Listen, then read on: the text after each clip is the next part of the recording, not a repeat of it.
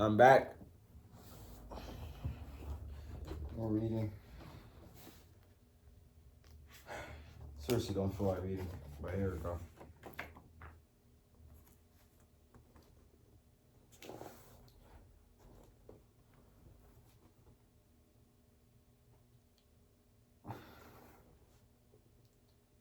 The house had the hush expensive houses do. Silence meant the house was plumb, solid. Its organs were working in happy harmony.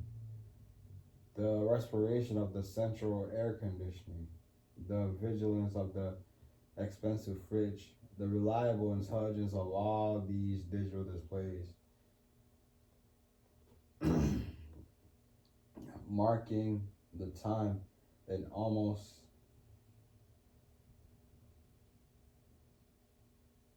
synchronicity.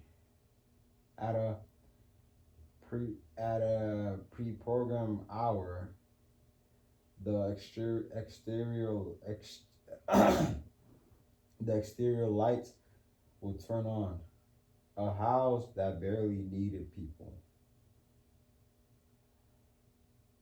The floors were wide plank wood harvested from an old cotton bale and Utica. So so flush there was nary. Oh my gosh, I can't see anything. Okay, cool. That's so bright. There was nary a creak or a complaint. The window so clean that every month or so some coming bird miscalculated and perished, broken necked in the grass. Some efficient hands have been here, rolled up the blinds, turned down the thermostat, Windex every surface, run the Dyson into the crevices of the sofa, picking up bits of organic blue corn tortilla chips, and a rat dime. This is nice. Amanda took off her shoes at the door. She felt strongly about taking your shoes off at the door. This is beautiful. The photographs on the website were a promise, and it was fulfilled. The pendant lamps hovering over the oak table in case you wanted to do a jigsaw puzzle at night. The great marble kitchen island where you could imagine kneading dough. The double sink beneath the window overlooking the pool. The stove with its copper faucet so you could fill up your pot without having to move it. The people who owned this house were rich enough to be thoughtful. She'd stand at that sink and soap up the dishes while Clay stood just outside grilling, drinking a beer, a watchful eye on the children playing Marco Polo in the pool. I'll get the things. The subtext was clear. Clay was going to smoke a cigarette, a vice that was meant to be a secret but was not. Amanda wandered through the place.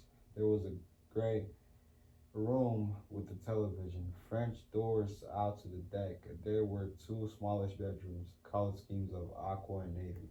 Jack and Jill bat between them. There was a closet with beach towels and a stacked washer and dryer. There was a long hallway to the master bedroom, lined with inoffensive black and white beach scenes, leaving aside tasteful. Everything was thoughtful. Everything was thoughtful. A wooden box to hide the plastic bottle of laundry soap, a huge seashell cradling a cake of soap, still in its paper wrapper. The master bed was king size, so massive it never would have rounded the stairwell to get into their third floor apartment. The ensuite Bath was all white, tiles, tile, sink, towels, soap, a white dish of white seashells. That particular fantasy or purity to escape the reality of your own ex, excrement, excrement. Extraordinary and only $340 a day, plus the cleaning fee and refundable security deposit. From the bedroom, Amanda could see her children already wiggled into their quick drying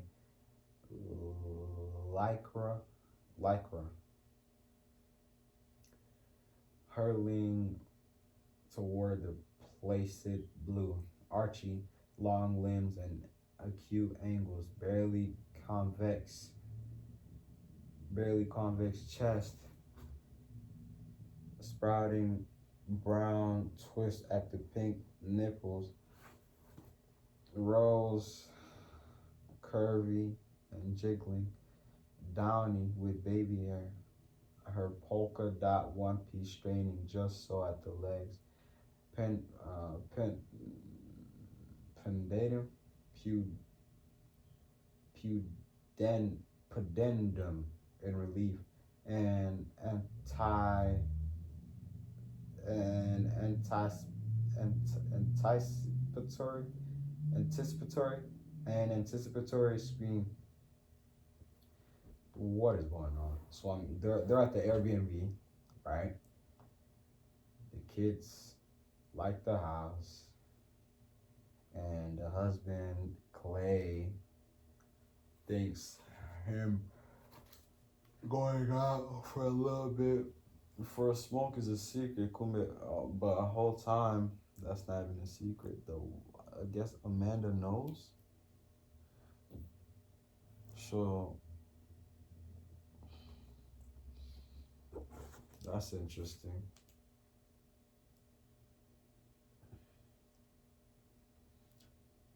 Then they met the water with that delicious clack.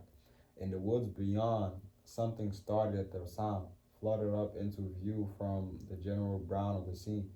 Two fat turkeys, dumb and wild and annoyed at the intrusion. Amanda smiled. Three. Amanda volunteered to go to the grocery. They passed the store and she retraced that path. She drove slowly, windows down.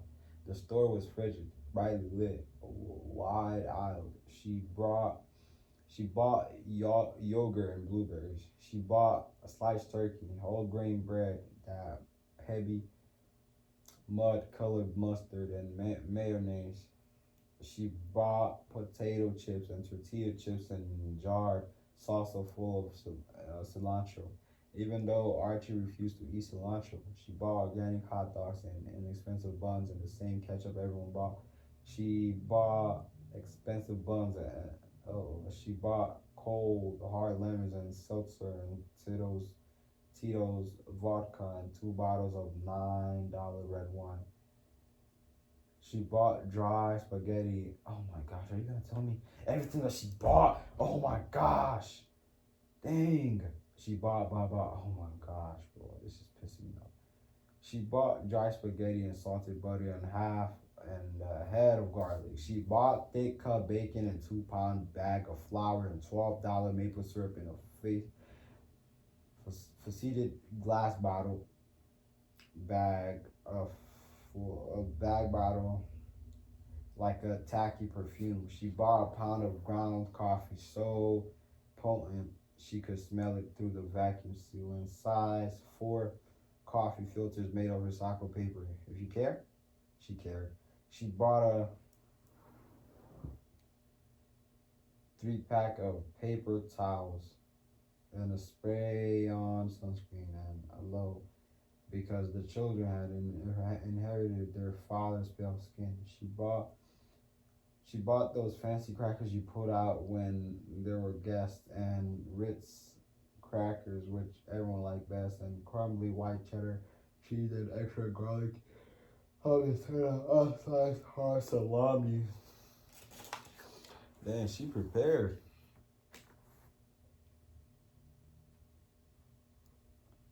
And those carrots, that are tumbled around until they're the size of a child's finger. She bought packages of cookies from Pepper Ridge Farm and three pints of Ben and Jerry's politically virtuous ice cream, and a Duncan Hines box mix for a yellow cake, and a Duncan Hines tub of chocolate frosting with the red plastic lid, because parenthood and had taught her that on a vacation's inevitable rainy day you could while away an hour by baking a boss cake. Bought she bought two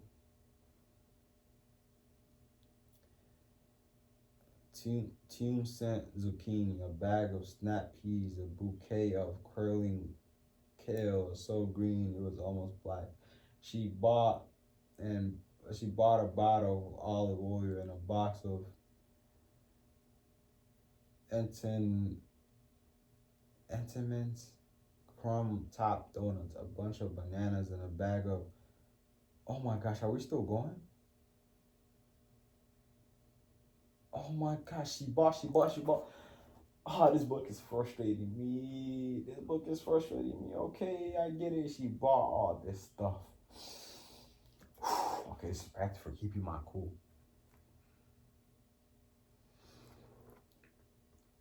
Terry, I hope this book, I hope the movie is more entertaining than this book. This book is pissing me off. Oh gosh.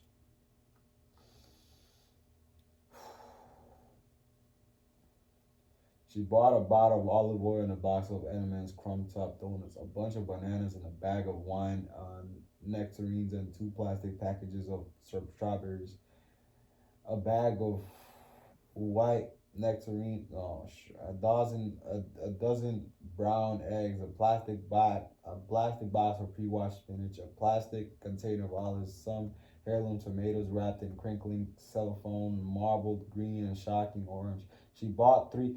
I'm gonna. Oh my gosh! I'm gonna end it right here.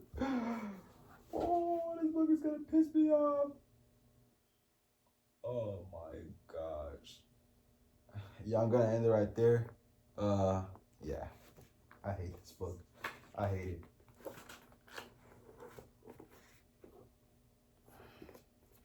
Sorry guys, I don't like this book. I don't like it. I don't like it. I don't like the book. So a recap of what I read. The family has finally reached the destination spot. The kids left the house, and Amanda came prepared. She literally bought each and everything. So, yeah. And Clay thinks smoking is a secret, but whole time it is not. I hate the book.